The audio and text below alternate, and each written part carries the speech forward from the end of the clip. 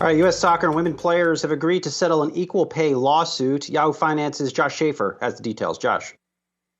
Yeah, Brian. So the U.S. women's national team players, this is current players and some past players, reached an agreement with U.S. Soccer for $24 million. This is over pay inequity and compensation that kind of dates back several years now. And the other big part of this agreement that we should point out is that they've also agreed to equal pay between the men's and the women's national teams moving forward.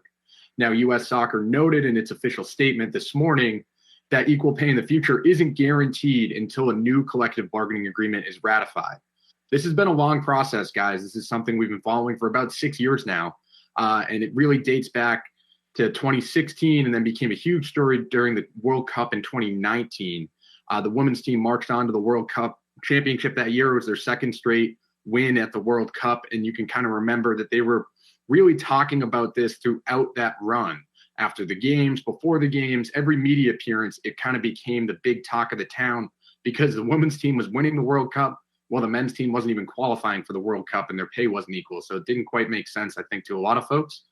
And we really saw at that time period, too, they became bigger and bigger stars. They kind of became rock stars when they came back to the U.S. You had Alex Morgan, Megan Rapinoe, those kind of players, and their jerseys ended up being some of the most sold jerseys we've ever seen.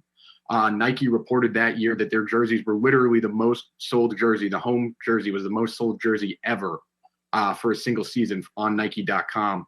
And I remember back in that summer, they did a victory tour. They had that much fanfare that they came back and did a victory tour where they played games that didn't even matter.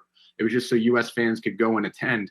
And I actually covered one of those games out at the Rose Bowl in California. And there was about 40,000 people there that night. The place was rocking. People were celebrating the World Cup. So they were selling tickets, selling jerseys.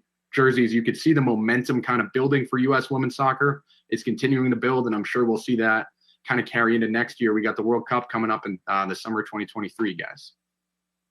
Good stuff. All right, Yahoo Finance's Josh Schaefer. Thanks so much.